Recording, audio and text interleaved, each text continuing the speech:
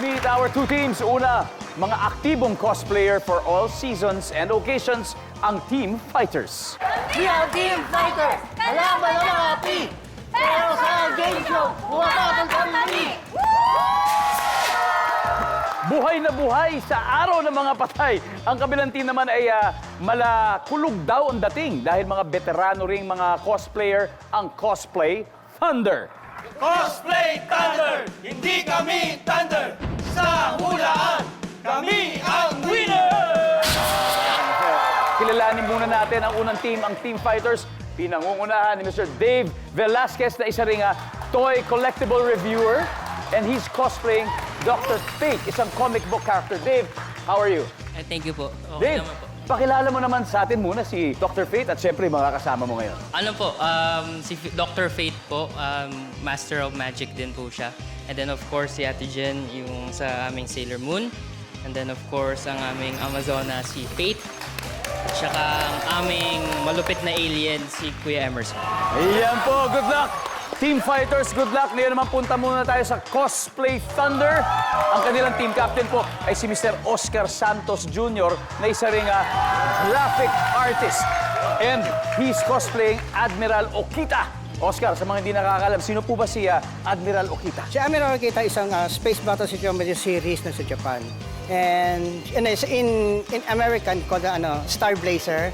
AK si Captain Avatar. Oh, sa anime po ito? Opo. Anime, ayan. Siya Grabe. pinakamatapang na general sa buong mundo. Nako, tapang talaga pati sa pagsasagot ng tanong, sigurado, #1 yan. Tama po. Kuya Oscar, sino-sino po ba mga kasama niyo? Okay, ito ang mga mabagsik na to, mga veteran. Si WWE referee si Eduardo. Ito naman to si Superman, si Benji. And si Marcambogo, a.k.a. Rudy Fernandez, si Ronald. Ayun! Sabi na nga ba, Marcambongo, eto na po. Mukhang exciting ang magiging labanan ng cosplayers natin tonight. Kasi naman, pwede po sila mag-uwi ng up to 200,000 pesos. Kaya let's go, guys. Alamin na natin ang sabi ng survey team captains. Dave, Oscar, let's play Family Feud.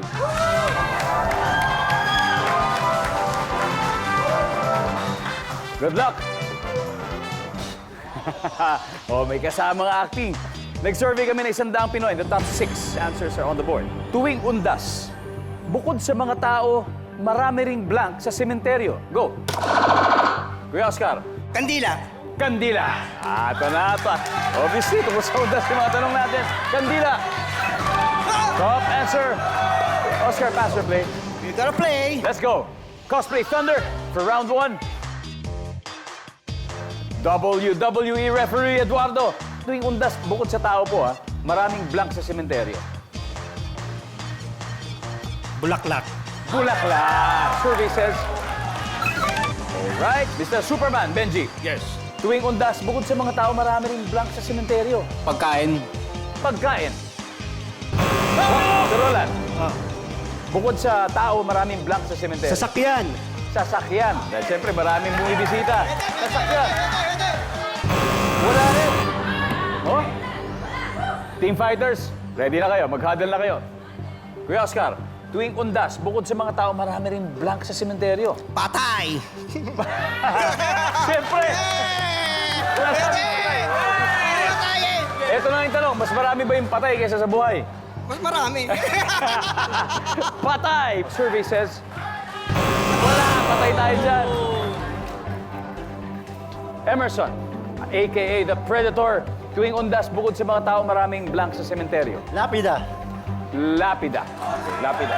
Okay. Mga bangkay. Bangkay. Jeneline. Magjowa. Magjowa! Ginagawang dating venue tuwing undas. Pero Dave, ito tuwing undas, bukod sa mga tao, marami ring blank sa sementeryo. Patay. Patay.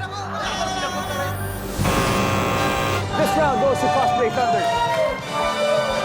Apat pa to. Tignan natin yung mga hindi nakuha, everybody. Samahan niyo ako, number 6, please. Nagiinuman. Number 5. Number 4. Number 2. Vendor, sa unang face-off, lumamang agad ang Cosplay Thunder. Meron na po silang 55 points. Ang Team Fighters naman wala pang puntos. Pero dahil sobrang palaban sila, sigurado po ako, hahabol sila sa round 2. Sa pagbabalik ng Family Feud.